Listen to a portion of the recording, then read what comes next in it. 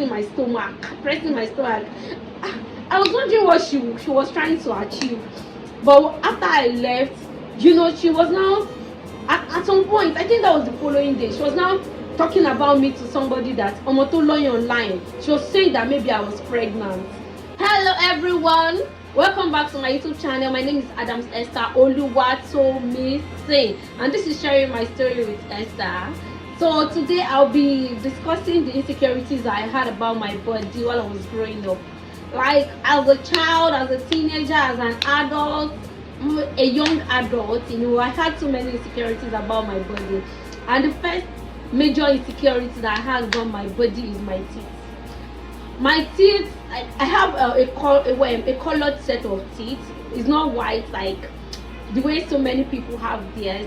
So because of that, I had like this very, very big insecurity. I'll never laugh in public. I'll never take pictures. Like in my pictures, I'll smile like this. That's the way I will smile. I will not open my teeth for any reason. If you like, crack jokes, let heaven break.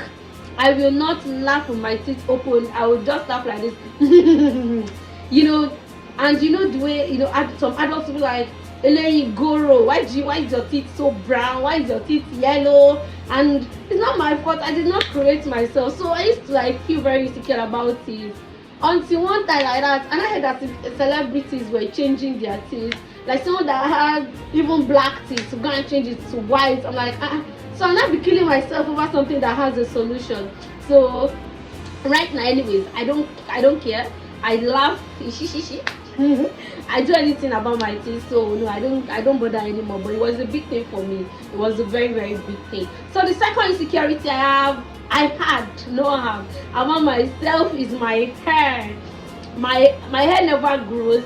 If I start hair with people and their hair is already touching their shoulder, touching, I will still be small. But now I locked my hair like 3 years ago, and I think it's doing better now. See my hair now. I think it's doing better, even though my edges still will never grow, but I don't care anymore. So it's no longer an insecurity for me. It's no longer an insecurity. So my third insecurity, this one is a very big one, is my skin. I have 2 siblings. Okay, I'm the first of 5 children, and I have 2 siblings with light skin. They are fair in complexion. So the way people will be like, oh my god, your sisters are fair, they are so beautiful. I'll go somewhere with my siblings and people will be like, oh my god, your sisters are so beautiful. Oh Deborah, you're so beautiful, Rebecca. So I started to feel insecure in my own skin, and so at some point I started to use bleaching cream to make myself look fair. I just wanted to brighten up my skin. I wanted to be as beautiful as every other fair person. And back then in secondary school, I had a fair friend. She was light skinned, and the way everybody would be like, that your friend that is fair, oh my god, she's so fine, she's so beautiful. I just be like, god, is it because I'm black? I'll be like, so why am I the one that has all this like trauma in my body? I'm the one that has brown teeth and dark skin. So it was a big thing for me. I will not lie. I fought it for so many years until I started to do brown skin girl. So the third insecurity I have about my body, this one is a big one. I will not lie. This one is a big one. Is my height. I am short. Which name have people now called me? Shorty, Danku, Orebe, this, that. So that was a big thing for me because I am always shorter than my peers. Like anywhere I am with my peer, I'm always the shortest. If not the shortest, I will always be like the shortest because I'm So for many years, if I go out with teenagers, when I was a teenager, if I hang out with teenagers, or maybe I'm in a gathering where there are so many teenagers, I will not stand up because I'll just feel like, oh, if I stand up, everybody will not see that I am not as tall as every other person on the ground. And it was a big deal for me. I will not want to stand up. I remember my days in Pacheli School for the Blind, and there was this thing they used to do, because we were all blind. And if we had like limited people to direct us to go somewhere, they don't tell us to, like, you place your hand on your neighbor's shoulder. Do you understand? Like, you place your hand on your neighbor's shoulder, another person behind you place hand on you. That's that's how everybody will shout, so that we'll be able to move in one accord. Whenever I got to that point, I will not want anybody to place a hand on my shoulder, because I'll just like, so this person now place hand on my shoulder and see how short I am. Like, it was a big thing for me. At a point when I had access to Android phone, I would now be googling how to get tall, how to increase my height. In fact, there was a time I was saying that there's not supposed to be surgery that will make me like grow tall. Like, I'll be like, which guy wants to ask me out now with my height? I'll be like, I'm too short. Like, I was like, it was a big thing for me. I used to think about it. Oh my mommy, jello do me. So that one, okay. So my biggest insecurity now is about my boobs, because I am endowed naturally. I did not do breast enlargement. I have big boobs. See. So that one. Coming, as a lady. The first time about my boobs, this one, it hits me harder than every other one. I started to develop breasts when I was about, let's say, 11, and by the time I started to grow breasts in less than 2 months,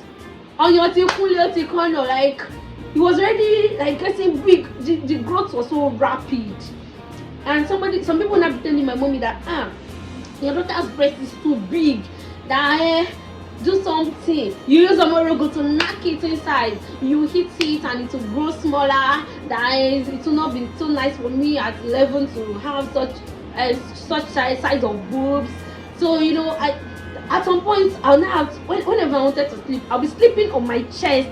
Like, I'll place my chest, I'll make sure my breast is directly on the floor, because I wanted it to go back inside. That's the way people made me feel about it. So by the time I was 12, I started to wear bra. So I think I started with size 12 somehow. Then by the time I was 13, even before I turned 13, from size 12 I moved to size 28. By the time I was 13, I moved to size 32. Before the end of 13, I moved to size 34. You guys can see how rapid that was. I moved to size 34. By the time I was 14, 15, I was already on size 36, 38.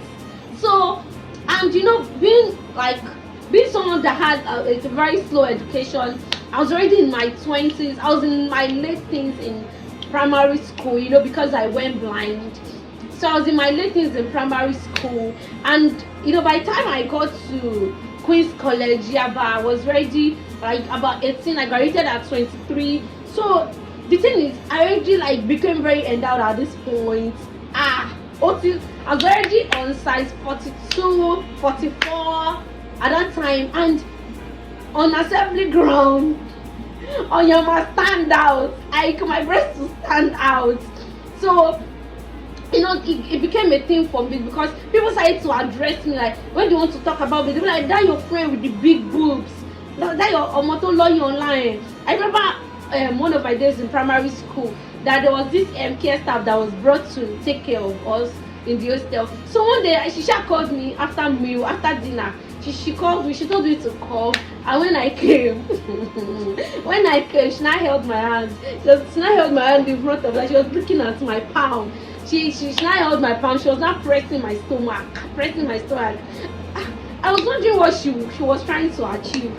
But after I left, she was now, at some point, I think that was the following day, she was now talking about me to somebody that Omoto lawyer online. She was saying that maybe I was pregnant. Because of all of that, I just wanted a way that I'll be able to reduce my breast. I just wanted something to happen, maybe a magic that will make me maybe take my breast and hang it at home whenever I wanted to go out. Once in a while. I became very ashamed of my breast, to be sincere. I became very, very ashamed. I don't like the fact that people addressed me as the girl with the big breast. And so yes, so people call me Olubomi Eruaya. When whenever I wanted to like say something, they'll be talking about my boobs all the time. If you wanted to like buy something, they'll be like, it's not going to size you because your boob is oversized. I'm like, we should leave my breast alone. It's God that gave it to me. So until I realized that celebrities started to do bust enlargement, I say, see what me I'm telling God to reduce. Some people are not going to use money to do it. Hey, me, I wanted to kill myself. What about Roman goddess? So I now became very, very proud of it. Very proud of it. I stopped feeling ashamed of what God has given to me free of charge. So there was a day in the hostel. Then I was already in the university. That some girls came to sell clothing. They came to sell vintage shirts to us. And when everybody was sizing it, when it came to my turn, as I put it on, people were like, oh my God, it fits her more, it suits her more. See the way her breast carry the clothes. See the way, I was like, hey, see what I am ashamed of, and I started to flaunt it. The people can see, like normally, I will not wear something that will bring out my breast like this. I will not. But now I do not care. If I even want to go out now, like if I wear a baggy shirt, I want to like fold it in so that you can see what the Lord has done for me. Honestly, being bossy, I came with so many challenges for me, and one of it is being like exposed to sexual harassment, by male adults. Is it male adults or the adult male? Adult male. Anyone. Yeah, adult male. So like they wanted to harass me so many times, even teachers in school, in secondary school, in primary school, teachers, they wanted to harass me, but we give all the glory to God, because I'm not going to be giving details about that. I remember one of the days on a Sunday like this, on a Sunday in Oshodi, I cannot even explain what I cannot even explain the kind of harassment that I got from all these Oshodi guys. Like, I was going out with my sister, and that's not the only time it happened anyway.